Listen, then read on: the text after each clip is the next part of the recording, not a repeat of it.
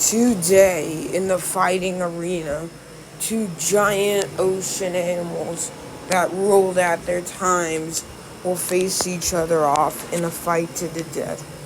On one hand, the apex predator of Australia, when Australian oceans could get cold. A bite force that can rival the megalodon. This is Kronosaurus. And on the other hand, a fast animal believed to be a pack hunter, formidable with power, speed, and greatness. We have the Tylosaurus. Why did I do that? I don't know. In this fight simulation, in this video, we're going to be seeing their strengths.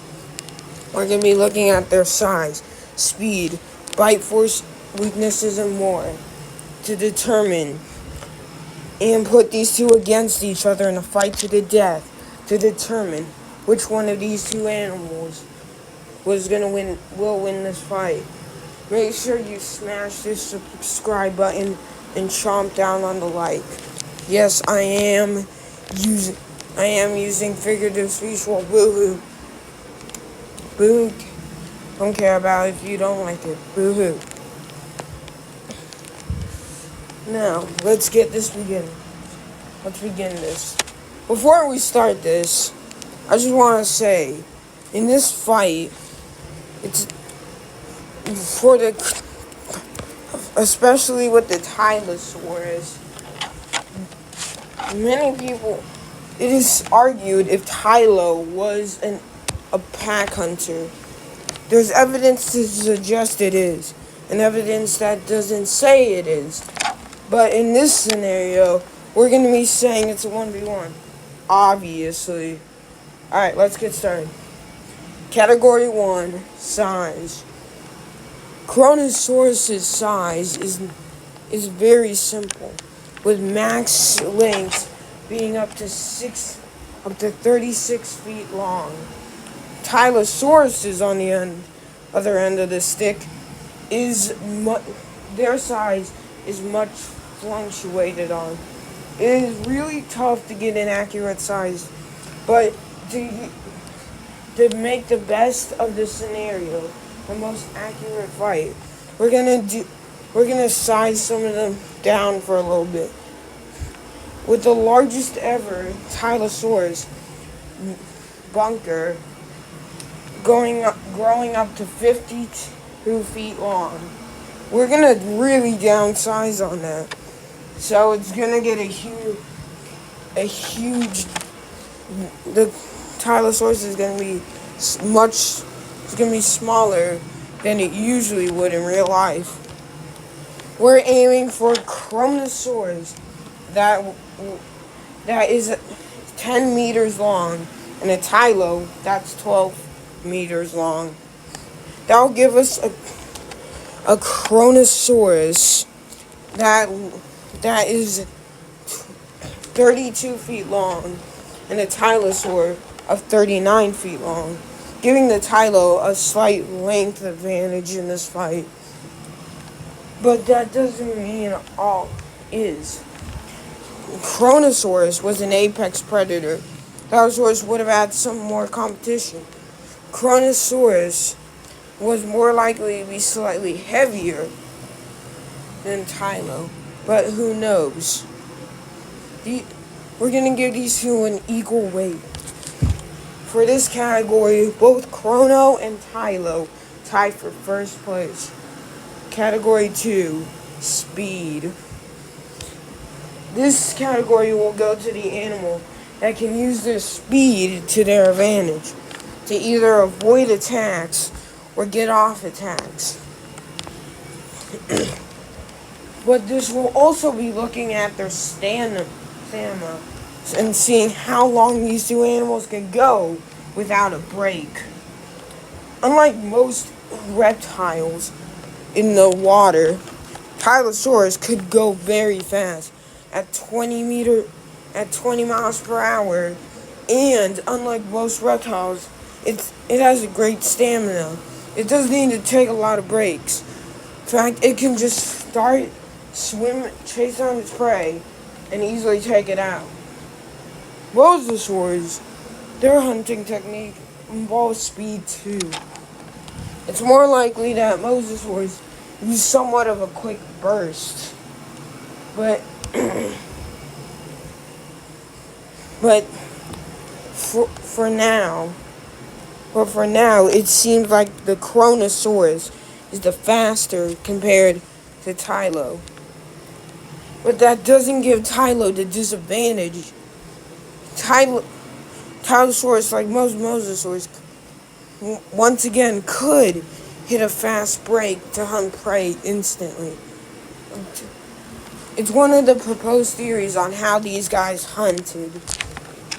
But even if that it wasn't the truth and they didn't hunt, it's still believed that Tylo would have got very fast. And there's not as fast as Chrono, getting around 10 miles per hour. But still, Chrono is the faster. And and it's still up for debate if mosasaurs used a quick burst to take their prey out. What's likely? But in this category, Tylo loses. Our first category that one animal wins is going to Chrono for speed category. But before we go to the next category, we can see how these animals' swimming style compare. We can look at these animals' swimming styles, but by a modern day. For Chrono, we can just look at, and any other pliosaurs or plesiosaurs, we could just look at a sea turtle. Granted, sea turtles don't have as long necks as something like an elasmosaurus would, or they didn't have big jaws such as a Chrono would, but we could still see the swimming pattern of them. And for the Tylo, we could easily see that a marine iguana could have a simple swimming pattern. You could also say about eels, but eels don't have flippers. But we can also look at seals, which they use a quick burst to swim. Category 3, bite force, bite effectiveness. This category will go to the animal that their bite is much more powerful, either with sharp chomping power, with a sharp bite, with a tough bite force, or slashing teeth to slash up any animals. Kronosaurus was in a time where anything was its meal. It's more like it was believed on plesiosaurs and would have aimed to take them out quickly with a simple neck bite. With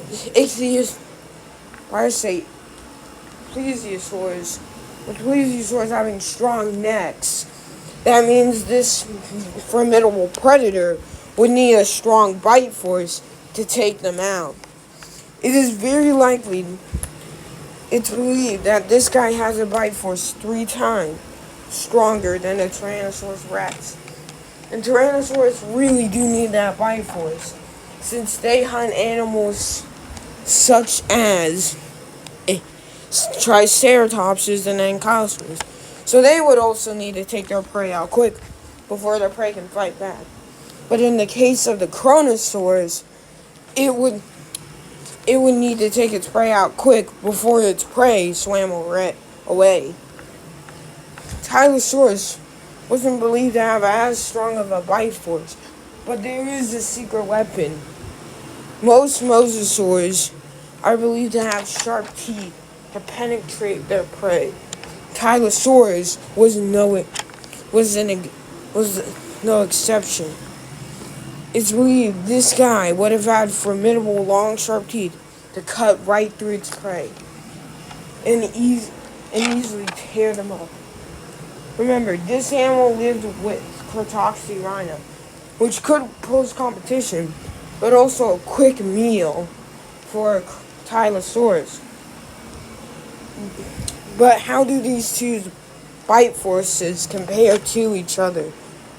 Well, Kronosaurus does have the stronger bite. The slicing teeth of Tylosaurus could combat that. But same thing vice versa. If you said Tylosaurus's bite was dangerous, but Kronosaurus couldn't combat that. For this category, it's a draw. But really, where this would take effect is where the bite is placed. We'll get more into that later. Fourth category, weaknesses. Now, this category we'll see is not the one you want to lose in. The category, in this category, we're looking at the animal with the less weaknesses and with the animal with the most weaknesses.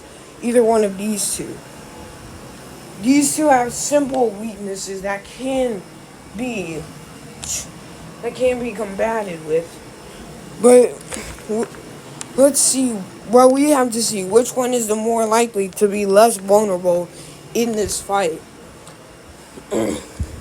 Starting off with Kronosaurus, the worst thing that could happen to Chrono, since it didn't have as long as a neck as something as an elasmosaur, it would have not needed to be worried of something swimming from below and biting its neck. What it would need to be worried about is its flippers and stomach. Granted, the stomach could be compromised if the Chrono keeps its eyes on the Tylo and is able to avoid any rams or such. But the problem is here is if the flippers can't be combated to make safe. It means these flippers are open to anything such as bites, chew, or tearing, which could weaken Kronosaurus. One bite, it's fine. Two bites, maybe a little worried, but it's fine. Two flippers gone, then that's the problem. But still, it is more likely that Chrono would be focused enough on Tylo to avoid it, and be able to avoid any bites to the flippers. But it's still a thing that we could consider about. Tylo, on the other end, doesn't have as many open areas as if for Chrono. But the thing is, how would Chrono's bite affect the tail? Kronosaurus has 4 flippers, while compared to Tylo's 1 tail, which, even though the tail might be equally as powerful, it is equally as vulnerable as the 4 flippers of Kronosaurus. One quick bite to the tail could disable Tylo. Remember, if you know, these guys would have not faced animals that were somewhat like each other. At least that we know of.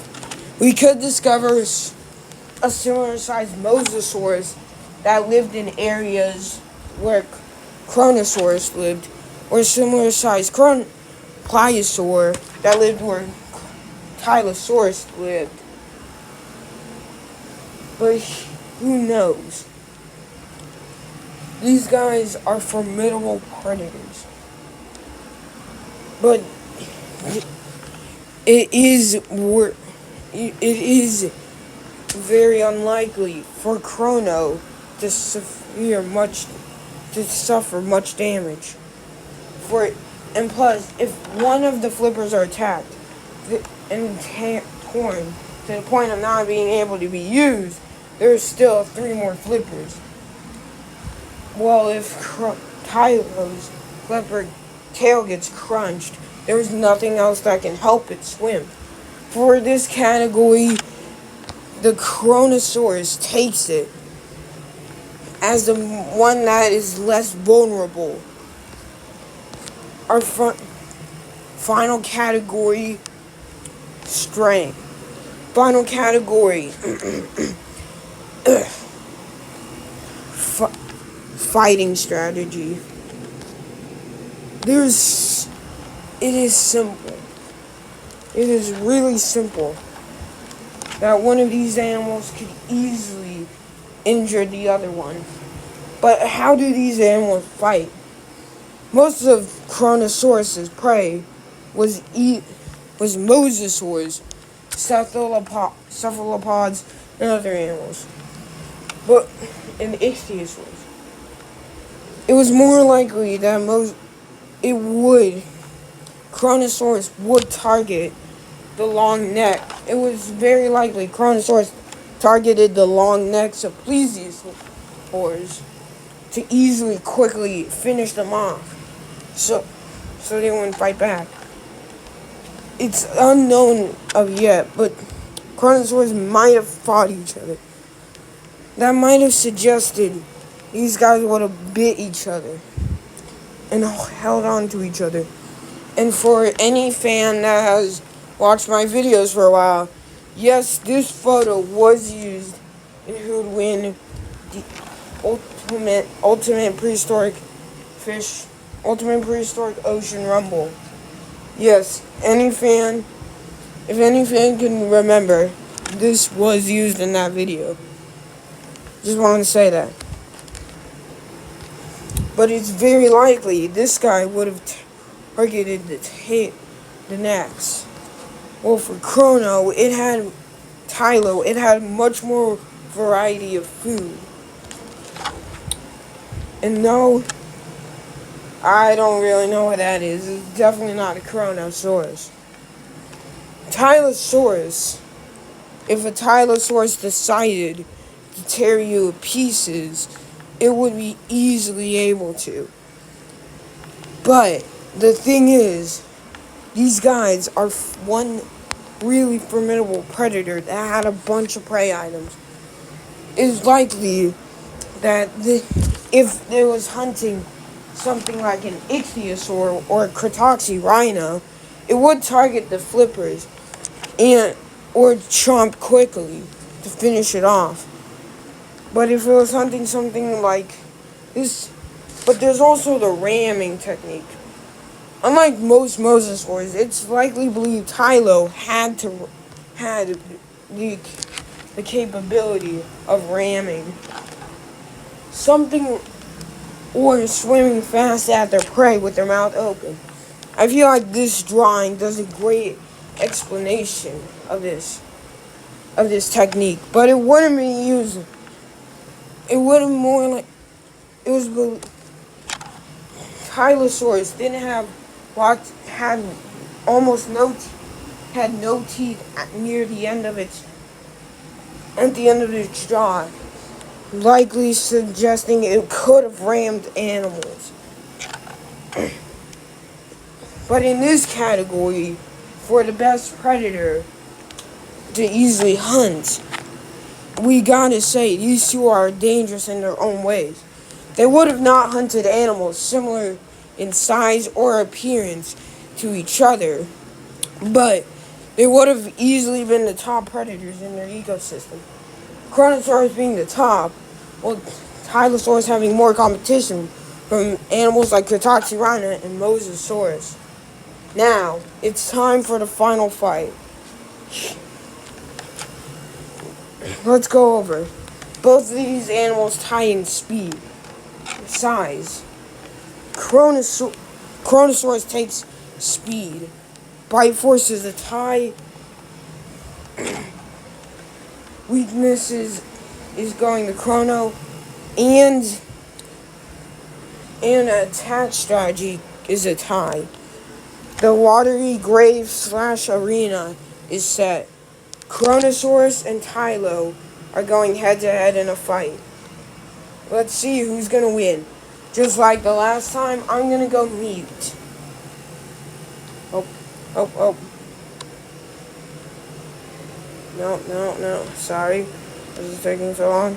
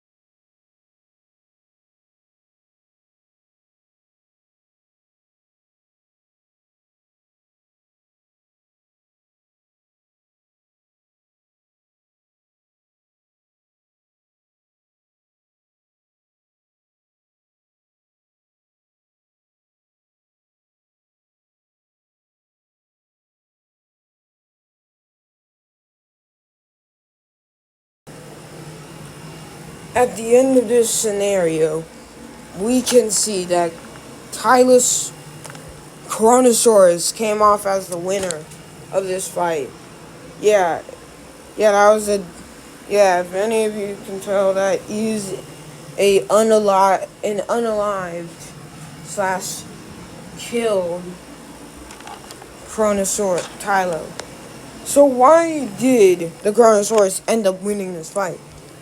Well, it is really simple.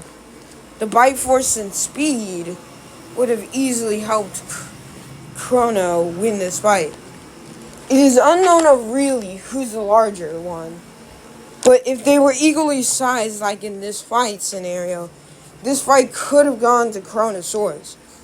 It was formidable and dangerous, and had a nasty bite force to pair. One quick bite could easily end a human, but compared to Tylo, it was a fight for it all.